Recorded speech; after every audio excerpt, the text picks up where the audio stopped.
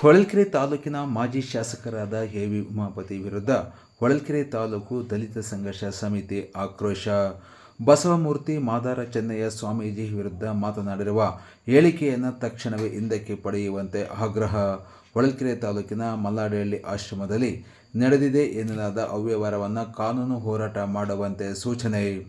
ಹೊಳಲ್ಕೆರೆ ತಾಲೂಕು ದಲಿತ ಸಂಘರ್ಷ ಸಮಿತಿಯ ಮುಖಂಡರಾದ ಡಿ.ಆರ್. ಪಾಂಡುರಂಗಸ್ವಾಮಿ ಮಾಜಿ ಶಾಸಕ ಎ.ವಿ. ಉಮಾಪತಿ ವಿರುದ್ಧ ಆಕ್ರೋಶ ವ್ಯಕ್ತಪಡಿಸಿದ್ದಾರೆ. ನಮ್ಮ ಕ್ಷೇತ್ರದ ಮಾಜಿ ಶಾಸಕರಾದಂಥ ಸನ್ಮಾನ್ಯ ಎ.ವಿ. ಉಮಾಪತಿ ಅವರು ಈಗಾಗಲೇ ಮಾದಿಗ ವಿರೋಧಿಗಳು ಅನ್ನೋದನ್ನು ಭಾಳ ಸ್ಪಷ್ಟವಾಗಿ ತೋರಿಸ್ಕೊಂಡಿದ್ದಾರೆ. ಭಾಳ ನೋವಿನ ವಿಚಾರ ಏನು ಅಂದರೆ, 2 ಬಾರಿ ಅವರು MLA ಆಗಿದ್ದು ಈ ಕ್ಷೇತ್ರದ ಮಾದಿಗರ ಬಹುಮತದಿಂದ ಮಾದಿಗರು ಒಗ್ಗಟ್ಟಾಗಿ ಅವ್ರಿಗೆ ಓಟ್ ಹಾಕಿ ಅವ್ರನ್ನ ಗೆಲ್ಲಿಸಿರೋದನ್ನು ಅವ್ರು ಮರಿಬಾರ್ದಾಗಿ. ಏನಾಗಿದೆ, ಅವರ ವೈಯಕ್ತಿಕ ಅಭಿಲಾಷೆಗಳಿಗಾಗಿ ತಮ್ಮನ್ನು ತಾವು ಏನು ಸ್ವಾರ್ಥ ಸಾಧನೆಗಾಗಿ ಇವತ್ತು ಮಾದಿಗ ಸಮಾಜವನ್ನು ಭಾಳ ತುಚ್ಛವಾಗಿ ಕಾಣುವಂಥ, ಮಾದಿಗ ಸಮಾಜದ ಗುರುಗಳನ್ನು ತುಚ್ಛವಾಗಿ ಕಾಣುವಂಥ, ಮಾದಿಗ ಸಮಾಜದ ಒಬ್ಬ ಮಾಜಿ ಶಾಸಕರನ್ನು ತುಚ್ಛವಾಗಿ ಕಾಣುವಂಥ ಕೆಲಸನ ಮಾಡ್ತಾರೆ. ಅವರು ನಮ್ಮ ಮಲ್ಲಾಡಿಹಳ್ಳಿ ಆಶ್ರಮದ ಬಗ್ಗೆ ಒಂದು ಮಾತು ಹೇಳಿದರು. ಯಾವ ನೈತಿಕತೆಯಿಂದ ನಮ್ಮ ಮಾದಾರ ಚೆನ್ನಯ್ಯ ಸ್ವಾಮೀಜಿಗಳು ಮಲ್ಲಾಡಿಹಳ್ಳಿ ಆಶ್ರಮಕ್ಕೆ ಬಂದರು, ಅಧಿಕಾರ ವಹಿಸ್ಕೊಂಡ್ರು, ಅವರು ಬರ್ತ್ಡೇ ಇಲ್ಲಿ ಮಾಡಿಕೊಂಡ್ರು, ಯಾಕಾಗಿ ಇಲ್ಲಿ ಬರ್ತ್ಡೇ ಮಾಡಿಕೊಂಡ್ರು ಅನ್ನೋ ಧೋರಣೆಯಲ್ಲಿ ಮಾತಾಡ್ತಾ ಇದ್ದಾರೆ. ಅವರಿಗೆ ಏನು ಉದ್ದೇಶ ಇದೆ ಅಂದರೆ, ಆಶ್ರಮದಲ್ಲಿ ಭ್ರಷ್ಟಾಚಾರ ನಡೆದಿದೆ ಅಂತ ಹೇಳ್ತಾರೆ. ಭ್ರಷ್ಟಾಚಾರ ನಡೆದಿದೆ ಅಂತ ಹೇಳೋಂಥ ಈ ಉಮಾಪತಿ ಅವರ ಬಳಗ ಅದನ್ನು ಇಲ್ಲಿವರೆಗೂ ಯಾಕೆ ಸಂಬಂಧಪಟ್ಟ ಇಲಾಖೆಗಳಿಗೆ ಕೊಡಲಿಲ್ಲ? ಸಂಬಂಧಪಟ್ಟ ಇಲಾಖೆಗಳಿಗೆ ಕೊಟ್ಟು ತನಿಖೆಯನ್ನು ಯಾಕೆ ಮಾಡ್ಸೋಕ್ಕಾಗ್ತಿಲ್ಲ? ಜೇಬಲ್ಲಿ ಇಟ್ಕೊಂಡು ಅಥವಾ ಪೆನ್ಡ್ರೈವ್ ಇಟ್ಕೊಂಡು ಓಡಾಡ್ತಾ ಆ ರೀತಿಯಾಗಿ ಮತ್ತೆ ಈ ಏನು ಪೇಪರ್ಗಳನ್ನ ಫೈಲ್ ಮಾಡಿ ಇಟ್ಕೊಂಡು ಓಡಾಡ್ತಾ ಇದ್ದಾರೆ. ಅದನ್ನು ತನಿಖೆ ಕೊಟ್ಟು ತನಿಖಾಧಿಕಾರಿಗಳನ್ನ ನೇಮಿಸಿ ಅವರು ಏನೈತೆ ಟ್ರಸ್ಟ್ಗಳ ಬಗ್ಗೆ ವಿರೋಧನ ಅದನ್ನು ತೋರಿಸ್ಕೋಬೇಕು. ಅದು ಬಿಟ್ಟು ಮಾದಾರ ಚೆನ್ನಯ್ಯ ಶ್ರೀಗಳನ್ನು ಅವಮಾನಿಸುವಂಥ ಕೆಲಸನ ಅವರು ಬಂದು ಒಂದು ಮಠದ ಜವಾಬ್ದಾರಿ ವಹಿಸ್ಕೊಂಡಿರೋದನ್ನು ಗೇಲಿ ಮಾಡುವಂಥ, ಅದನ್ನು ನಾನು ಒಪ್ಪದೇ ಇಲ್ಲ ಅಂತ ಹೇಳುವಂಥ ದುಷ್ಟತನವನ್ನು ತೋರಿಸ್ತಾ ಇದ್ದಾರೆ. ಒಪ್ಪಕ್ಕೆ ಇವರೇನು ಟ್ರಸ್ಟಿನ ಆಶ್ರಮ ಕಟ್ಟಿ ಬೆಳೆಸ್ತಾರ? ಆ ಆಶ್ರಮ ಕಟ್ಟಿ ಬೆಳೆಸಿದಂಥ ರಾಘವೇಂದ್ರ ಸ್ವಾಮೀಜಿಗಳ ಜೊತೆಗಿದ್ದು ಊರಿಗೆ ಹೋಗಿ ಭಿಕ್ಷೆ ಬೇಡಿ ಈ ಮಠವನ್ನು ಆಶ್ರಮವನ್ನು ಕಟ್ಟಿದಾರ? ಯಾವ ನೈತಿಕತೆ ಇದೆ ಅಂತ ಇವರು ನಮ್ಮ ಮಾದಾರ ಚೆನ್ನಯ್ಯ ಶ್ರೀಗಳಿಗೆ ಪ್ರಶ್ನೆ ಮಾಡಕ್ಕೆ ಹೋಗ್ತಾ ಇದ್ದಾರೆ ಅನ್ನೋದನ್ನ ನಾವು ಕೇಳಕ್ಕೆ ಬಯಸ್ತೇವೆ. ಈ ಸಮಾಜ ಭಾಳ ದೊಡ್ಡ ಸಮಾಜ. ತಾವು ಈ ಧೋರಣೆಯನ್ನು ಕಡಿಮೆ ಮಾಡ್ಕೊಬೇಕು. ಈ ಸಮಾಜದ ಮೇಲೆ ನಿಮಗಿರ್ತಕ್ಕಂಥ ನಿರ್ಲಕ್ಷ್ಯವನ್ನು ನೀವು ಕೈ ಬಿಡಬೇಕು ಅಂತೇಳಿ ನಾನು ಈ ಸಂದರ್ಭದಲ್ಲಿ ಅವ್ರಿಗೆ ಹೇಳಕ್ಕೆ ಇಷ್ಟಪಡ್ತಾ ಇದ್ದೆ. ಮುಂದಿನ ದಿನಗಳಲ್ಲಿ ನಿನಗೆ ಆಗಲಿ, ನಿನ್ನ ಮಕ್ಕಳಿಗೆ ಆಗಲಿ ರಾಜಕೀಯ ಭವಿಷ್ಯಗಳು ಇದ್ದಾವೆ. ಮಾದಿಗರ ಸಪೋರ್ಟ್ ಇಲ್ಲದಲ್ಲೇ ನೀನು ರಾಜಕೀಯ ಮಾಡೋಕ್ಕಾಗುತ್ತಾ? ಮಾದಿಗರ ಸಮಾಜ ನಿಮಗೆ ಬೇಕಾಗಿಲ್ವಾ? ನಿನಗೆ ಯಾವ ಮಕ್ಕ ಇಟ್ಕೊಂಡು ಮಾದಿಗರ ರೆಟ್ಟಿಗಳಿಗೆ ಬಂದು ಓಟ್ ಕೇಳ್ತೀಯ? ಮಾದಿಗರ ಸ್ವಾಮೀಜಿ ಚೆನ್ನಯ್ಯ ಸ್ವಾಮೀಜಿಗಿಂತ ದೊಡ್ಡನಾಗ್ಬಿಡ್ತೀಯ ನೀನು? ನೀನೇನು ಈ ಜಗತ್ತಿಗೆ ಅಥವಾ ಈ ಸಮಾಜಕ್ಕೆ ಒಳ್ಳೇದು ಮಾಡಿದಂಥದ್ದನ್ನು ತೋರಿಸ್ಬೇಕಲ್ಲ. ನೀನು ಏನು ಒಳ್ಳೇದು ಮಾಡಿದ್ದೀನಿ? ನಮ್ಮನ್ನೆಲ್ಲ ಬಳಸ್ಕೊಂಡು, ಈ ಸಮಾಜ ಬಳಸ್ಕೊಂಡು ನೀನು ಉದ್ಧಾರ ಆಗಿದೆಯಾ, ನಿನ್ನ ಫ್ಯಾಮಿಲಿ ಉದ್ಧಾರ ಆಗಿದೆಯಾ ಅನ್ನೋದನ್ನು ಎಲ್ಲರೂ ಹೋಗ್ತಾ ಇದೆ. ಚೆನ್ನಯ್ಯ ಸ್ವಾಮೀಜಿಗಳ ಬಗ್ಗೆ ಗೌರವ ಇದೆ ಅಂತ ಹೇಳ್ತೀಯ. ಚೆನ್ನಯ್ಯ ಸ್ವಾಮೀಜಿಗಳು ಈ ಮಠಕ್ಕೆ ಆಶ್ರಮಕ್ಕೆ ಯಾಕೆ ಬರಬೇಕು ಅಂತ ಕೇಳ್ತೀಯ. ಚೆನ್ನಯ್ಯ ಸ್ವಾಮೀಜಿಗಳು ಹುಟ್ಟಿದಬ್ಬ ಮಾಡಿಕೊಂಡ್ರೆ ಅದನ್ನು ನಾನು ಒಪ್ಪೋದಿಲ್ಲ ಅಂತ ಹೇಳ್ತೀಯ. ಚೆನ್ನಯ್ಯ ಸ್ವಾಮೀಜಿಗಳು ವಿರುದ್ಧವಾಗಿ ಬೇರೆ ನನ್ನ ಐಂದ ಸ್ವಾಮೀಜಿಗಳು ಕರ್ಕೊಂಡ್ಬರ್ತೀನಿ ಅಂತ ಹೇಳ್ತೀಯ. ಯಾರು ಬೇಡ ಅಂತಾರೆ? ಕರ್ಕೊಂಡು ಬಾ. ನಮ್ಮ ಚೆನ್ನಯ್ಯ ಸ್ವಾಮೀಜಿಯಿಂದ ಅವ್ರ ಮುಂದೆ ನಿಂತ್ಕೊಂಡು ಸನ್ಮಾನ ಮಾಡಿಸುವಂಥ ಕೆಲಸ ನಾವು ಸಮಾಜದವರೆಲ್ಲ ಸೇರಿ ಮಾಡ್ತೀವಿ. ನಿನ್ನ ಮಠದಲ್ಲಿ ನಿನ್ನ ಸ್ಥಾನಮಾನ ಏನು ಅಂತ ನೋಡ್ಕೊ. ನಿನ್ನ ಮಠ ಇವತ್ತೇನಾದರೂ ಅನ್ಯಾಯ ಆಗಿದೆ ಅಂದರೆ ಅದು ನಿನ್ನಿಂದ ಅನ್ನೋದನ್ನು ಎಲ್ಲರೂ ತಿಳ್ಕೊಂಡಿದ್ದಾರೆ, ಎಲ್ರಿಗೂ ಗೊತ್ತಿದೆ. ನಿನ್ನ ಮಠದ ಬಗ್ಗೆ ನೀನು ಯೋಚನೆ ಮಾಡು. ಮಲ್ಲಾಡಿಹಳ್ಳಿ ಆಶ್ರಮ ಇವತ್ತು ಏನಾದರೂ ತನ್ನ ಹೊಸ ಜೀವನವನ್ನು ರೂಪಿಸ್ಕೋಬೇಕಾದ್ರೆ, ಆಶ್ರಮಕ್ಕೆ ಮತ್ತೆ ಒಂದು ಹೊಸ ಕಳೆ ಬರುತ್ತೆ ಅಂದರೆ ಅದು ಮಾದಾರ ಚೆನ್ನಯ್ಯ ಸ್ವಾಮೀಜಿಯಿಂದ ಮಾತ್ರ ಸಾಧ್ಯ. ಇಡೀ ರಾಷ್ಟ್ರ ಮಟ್ಟದಲ್ಲಿ ಹೆಸರಿರುವಂಥ ಸ್ವಾಮೀಜಿಗಳು, ಇಡೀ ರಾಷ್ಟ್ರ ಮಟ್ಟದಲ್ಲಿ ಎಲ್ಲ ಪಕ್ಷ ಪಾರ್ಟಿಯವರು ಒಪ್ಪುವಂಥ ಸ್ವಾಮೀಜಿಗಳು, ಇಡೀ ರಾಷ್ಟ್ರ ಮಟ್ಟದಲ್ಲಿ ಅವರಿಗೆ ಅವರದೇ ಆದಂಥ ವರ್ಚಸ್ಸಿದೆ. ಅವ್ರ ಬಗ್ಗೆ ನೀನು ಮಾತಾಡೋದನ್ನು ನಾವು ಒಪ್ಪೋದಿಲ್ಲ.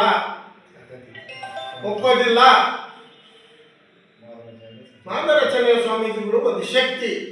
ಅದರ ಅದರ ಅರಿವು ನಿಮಗಿಲ್ಲ. ಇವತ್ತಿನ ದಿವಸ ನಿನ್ನ ಮಠದಲ್ಲಿ ನಿನ್ನ ಸ್ವಾಮೀಜಿಗಳಿಗೆ ನಿಮ್ಮ ಭಕ್ತರೇ ಇದ್ದಾರೆ, ಬೇರೆ ಬೇರೆ ಸ್ವಾಮೀಜಿಗಳಿಗೆ ಅವ್ರದ್ದೇ ಭಕ್ತರೇ ಇದ್ದಾರೆ. ಆದರೆ ಮಾದಾರ ಚೆನ್ನಯ್ಯ ಸ್ವಾಮೀಜಿಗೆ ಎಲ್ಲ ಸಮಾಜದ ಭಕ್ತರು ಇದ್ದಾರೆ. ನಿನ್ನ ಸಮಾಜದ ಭಕ್ತರು ಬಹಳಷ್ಟು ಜನ ಇದ್ದಾರೆ. ಇದರ ಅರಿವು ಇರಬೇಕು ನಿನಗೆ. ನಿನ್ನ ಪಟಲ ಏನಿದೆ, 4 ಎಕರೆ ಜಮೀನು ಮಾಡ್ಕೊಂಡು ತಿಂತಿದ್ದಾನೆ ನಿನ್ನ ಜೊತೆ ಕುತ್ಕೊಂಡ್ರು ಒಬ್ಬ ಸಂತೋಷನವನು. ಅದನ್ನು ಸಹ ನಾವು ಗಮನಿಸಿದ್ವಿ. ಇವತ್ತಿನ ದಿವಸ ಟ್ರಸ್ಟ್ಗಳು ಮಾಡ್ರಿ ಅಂತ ಬೇಡಿಕೆ ಇಡೋದು, ಹೋರಾಟ ಮಾಡೋದು, ಇಲ್ಲಿ ಬೀದಾಗ ನಿಂತ್ಕೊಂಡು ಪ್ರೆಸ್ ಮೀಟ್ ಮಾಡೋದು, ಒಳಗೆ ಟ್ರಸ್ಟ್ಗಳು ಮಾಡುವಂತ ಮಾಡೋದು, ನಾಟಕಗಳು ಗೊತ್ತಾಗಲ್ಲ ಅಂತ ಮಾಡಿದ್ದೀರಾ? ನಿಮ್ಮ ಎಲ್ಲ ನಾಟಕಗಳು ಗೊತ್ತಾಗ್ತವೆ ನಮಗೆ. ನಾವು ಯಾವುದೇ ಕಾರಣಕ್ಕೆ ಈ ವಿಚಾರವನ್ನು ಅಗ್ರವಾಗಿ ತಗೊಂಡಿಲ್ಲ, ಬಹಳ ಗಂಭೀರವಾಗಿ ತಗೊಂಡಿದ್ದೀವಿ. 40,000 ಜನ ಮತದಾರರಿದ್ದೀವಿ. ನಾವು ಯಾವ ಕಾರಣಕ್ಕೂ ನಮ್ಮ ಸ್ವಾಮೀಜಿಗಳು ಅವಮಾನ ಆಗೋದನ್ನ ನಾವು ಸಹಿಸೋದೇ ಇಲ್ಲ. ಆಂಜನೇಯರಿಗೆ ಕಡಿಮೆ ಕಾಟ ಕೊಟ್ಟಿದ್ದೀಯ ನೀನು. ಅವ್ರನ್ನ ಪ್ರತಿ ಕ್ಷಣದಲ್ಲೂ ಹಂತವಾಗಿ ಸೋಲಿಸಲಿಕ್ಕೆ, ಮಾದಿಗರ ನಾಯಕತ್ವನ ಹಾಳು ಮಾಡಲಿಕ್ಕೆ, ಒಬ್ಬ ಮಾದಿಗರ ನಾಯಕನನ್ನ ನೀನು ಉಳಿಸಿ ಬೆಳೆಸಿ ಏನು ಮಾಡಿದ್ದೀಯ ಅನ್ನೋದನ್ನ ಹೇಳ್ಬೇಕಲ್ಲ. ನೀನು ಮಾದಿಗರ ಹೆಸರಲ್ಲಿ ಪೆಟ್ರೋಲ್ ಬಂಕ್ ಮಾಡ್ಕೊಂಡಿದ್ದೀಯ, ಅದು ಗೊತ್ತಿಲ್ಲ ಅಂತ ಮಾಡಿಯಾ? ಆದರೆ ನೀನು ಸ್ವಲ್ಪ ಸೂಕ್ಷ್ಮವಾಗಿ ಇರು. ನೀನು ಏನು ಬಹಳ ಪ್ರಾಮಾಣಿಕ ವ್ಯಕ್ತಿ ಅನ್ನಲ್ಲ.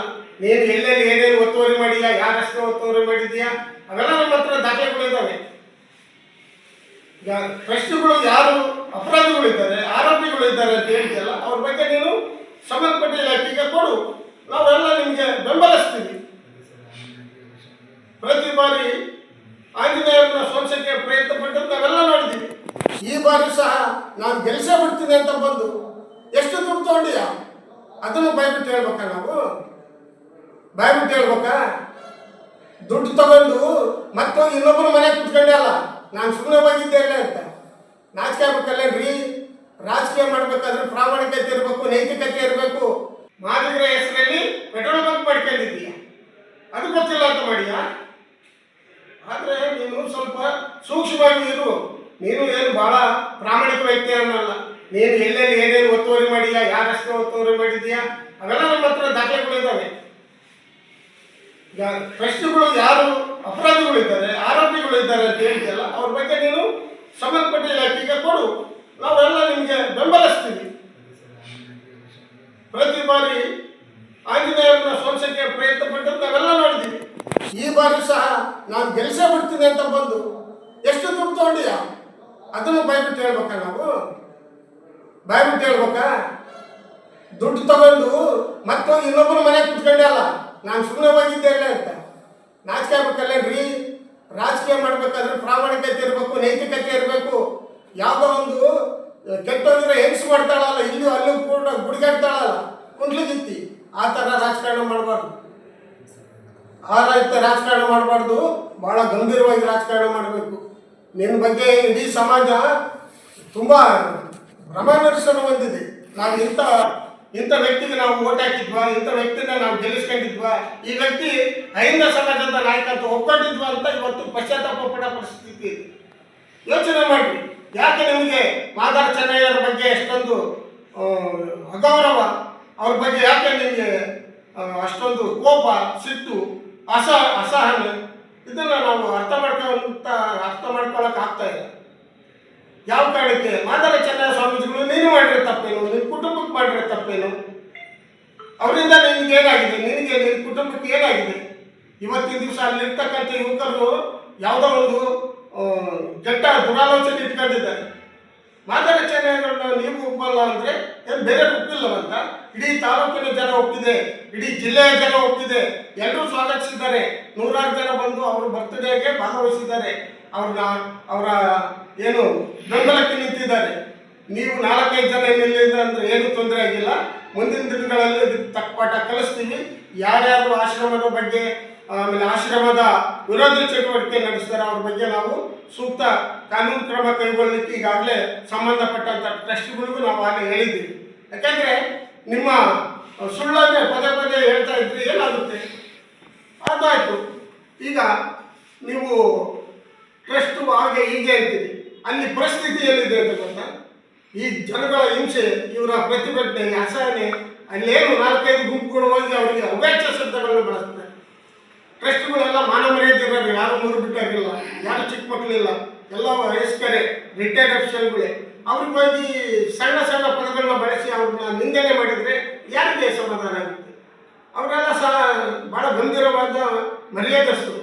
ಅವ್ರ ಬಗ್ಗೆ ಈ ವ್ಯಕ್ತಿಗಳೆಲ್ಲ ಹೋಗಿ ಅವಮಾನ ಮಾಡ್ತಾರೆ ಅಂತಲೇ ಅವರು ಮುಂದೆ ಬರ್ತಾ ಇಲ್ಲ. ಅವರು ಕಾನೂನು ಕ್ರಮಕ್ಕಾಗಿ ಈಗ ಪ್ರಯತ್ನ ಪಡ್ತಾ ಇದ್ದಾರೆ, ಅವರು ಕೋರ್ಟಿಗೆ ಹೋಗ್ತಾ ಇದ್ದಾರೆ. ಇದೆಲ್ಲವನ್ನು ನಾವು ನೋಡ್ತಾ ಇದ್ದೀವಿ. ತಾವು ಸೂಕ್ಷ್ಮವಾಗಿ ಇದನ್ನು ಅರ್ಥ ಮಾಡ್ಕೋಬೇಕು. ಇದನ್ನು ನಾನು ಮುಂದುವರಿಸ್ತೀನಿ, ನಾನು ಭಯಪಡಲ್ಲ. ನೀನು ಯಾಕೆ ಭಯಪಡ್ತೀಯ?